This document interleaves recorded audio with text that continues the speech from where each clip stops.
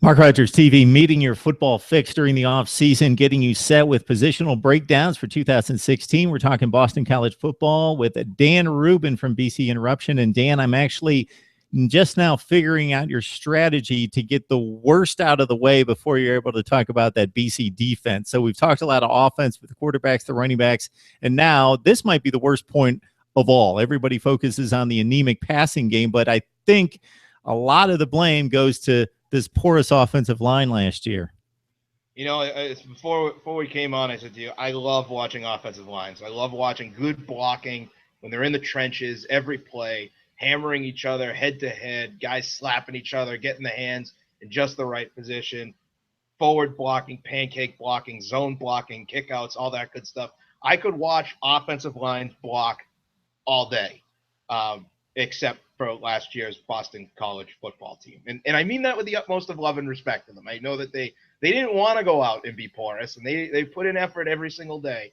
But quite simply, they were not good enough last year. They didn't have the skill that we've grown accustomed to at O-line U. They didn't have the cohesiveness, and more importantly, they didn't have the effectiveness. And when you put all of that together, the passing game and the running game were not helped out one bit by what was a really bad offensive line last year. You lose two of those guys, so maybe it's addition by subtraction, and we've heard you say that a few times today in other video segments. So you've got three starters back. Can you somehow break down what this offensive line might look like this fall in terms of personnel? Well, Harris Williams is gone, which is a shame because there's a guy who had been injured, came back from injury, and I don't think was the difference one way or the other. I don't think that he was the worst offensive lineman, but he obviously was not the best offensive lineman either. And Dave Bowen is also gone. Again, don't think he was the worst offensive lineman in the lot, but he was eventually replaced by Frank Taylor, who comes into this year now as the starting center. So it's, excuse me, or John Baker, rather, not Frank Taylor. It was Frank Taylor, I think, that lost to John Baker. Either way, three guys are gone or that you would have expected to be a little bit better than they were, and simply they weren't. So you blow it up. You're back to square one. You're back with a bunch of young guys. You do have a senior in there in Jim Cashman, who's your starting left guard. But you go out and you're trying to reconstruct it similar to the quarterback position and similar to what Boston College did a couple of years ago with Ian Silverman on the offensive line. They go out and they get a grad transfer. They get a fifth-year transfer in the form of Jimmy Lowry. Jimmy Lowry is a right tackle.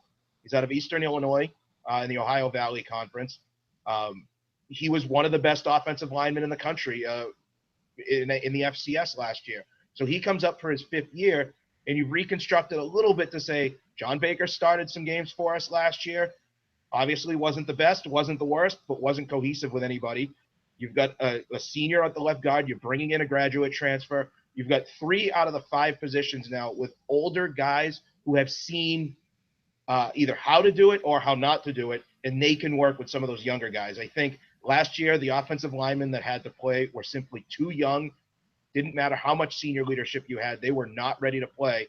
And a year of development, a year getting them bigger, you're going to see some names or maybe some better names start to play and start to get more meaningful snaps. And, just running down at the risk of being a run-on sentence a little bit, Aaron Montero, perfect example. He's going to start projected, at least from what we say. We could be totally wrong. At the left tackle position. That's what my partner AJ Black on BCInterruption had. He's a sophomore, and this is a prime example of a guy who hopefully has a big year.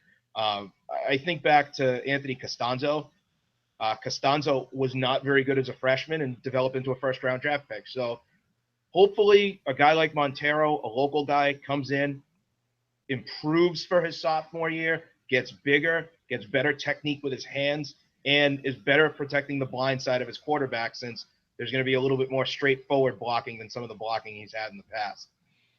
Another name is Chris Lindstrom, sophomore, another local guy out of Massachusetts, a guy who I genuinely like. I genuinely think is going to be very good.